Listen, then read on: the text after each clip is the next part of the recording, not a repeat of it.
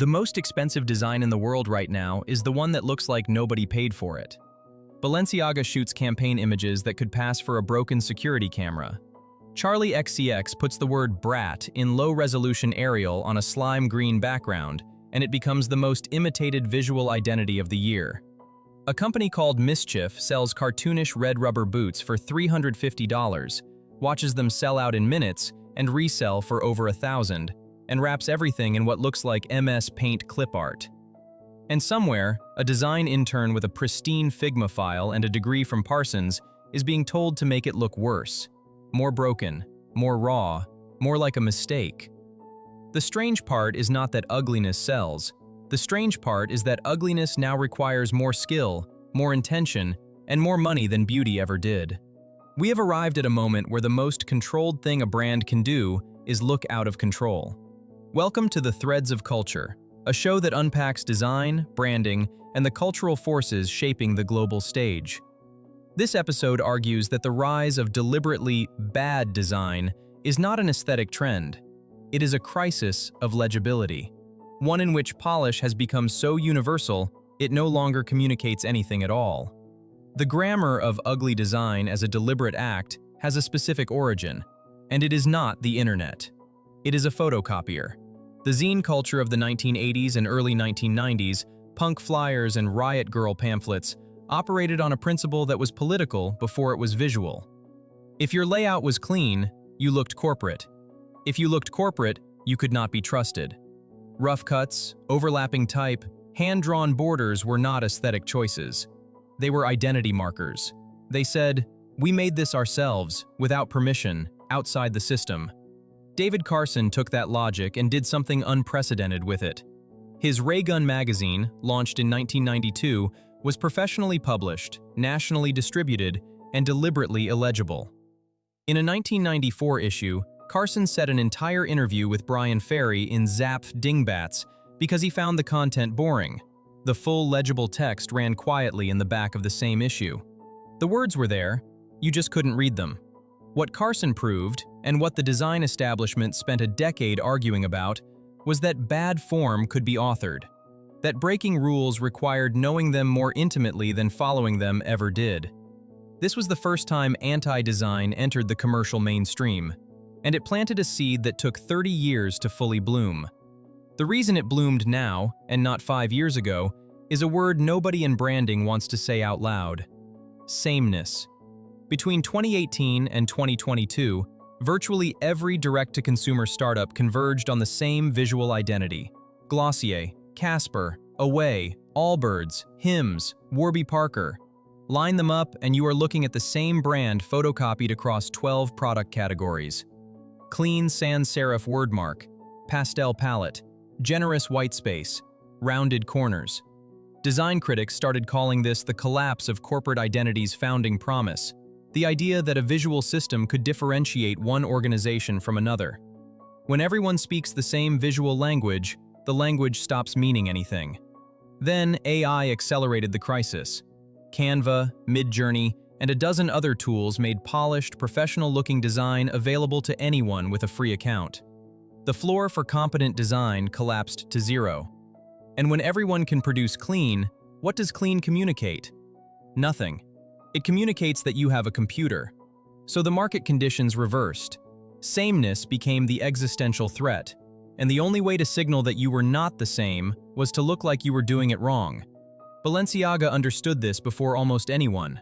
Under Demna Gvasalia, the house's campaigns deployed unflattering flash photography, office supply store backdrops, models posed like DMV photos, images that could pass for screen grabs from surveillance footage. This is a brand selling $1,800 bags.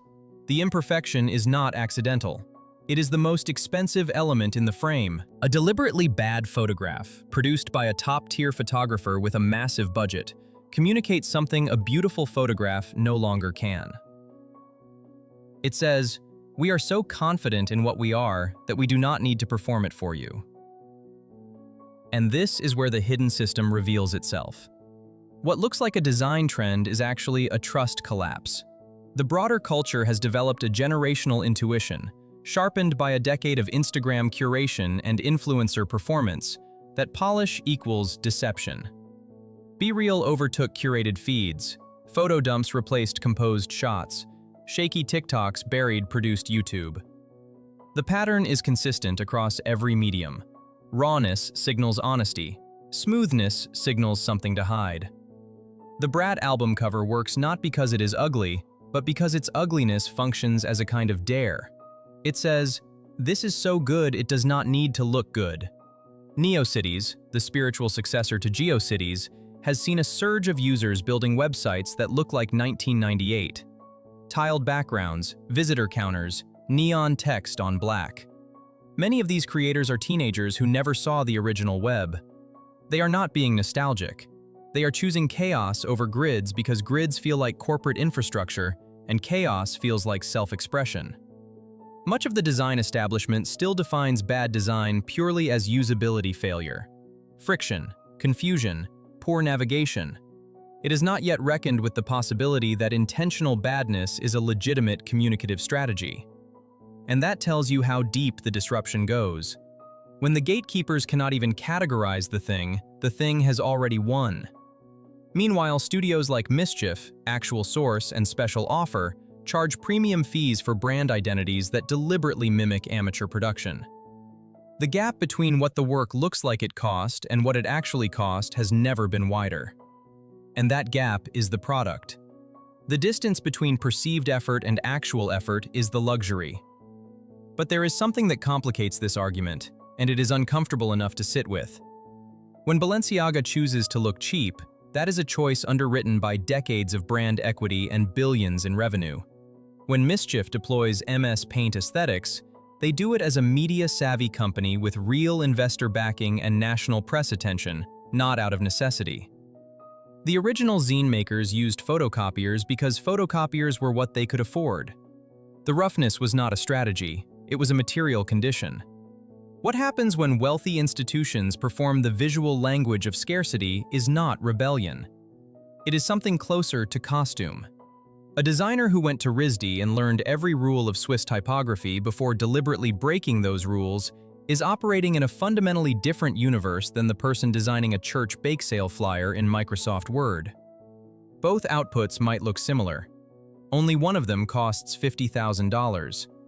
The celebration of imperfection as a premium aesthetic is, in part, a conversation that can only happen among people who have never needed to worry about whether their design looks professional enough.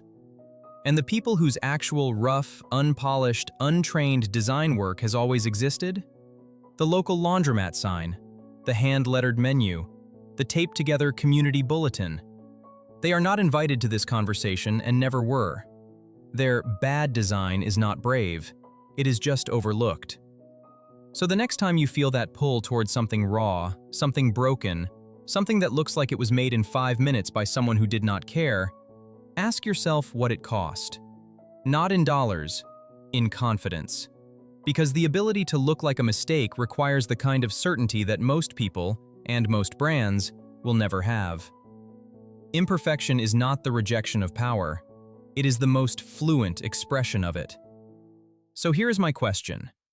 The last time you saw a piece of design that looked authentically rough and felt something, trusted it, believed it, did you stop to wonder whether that roughness was manufactured specifically to make you feel that way?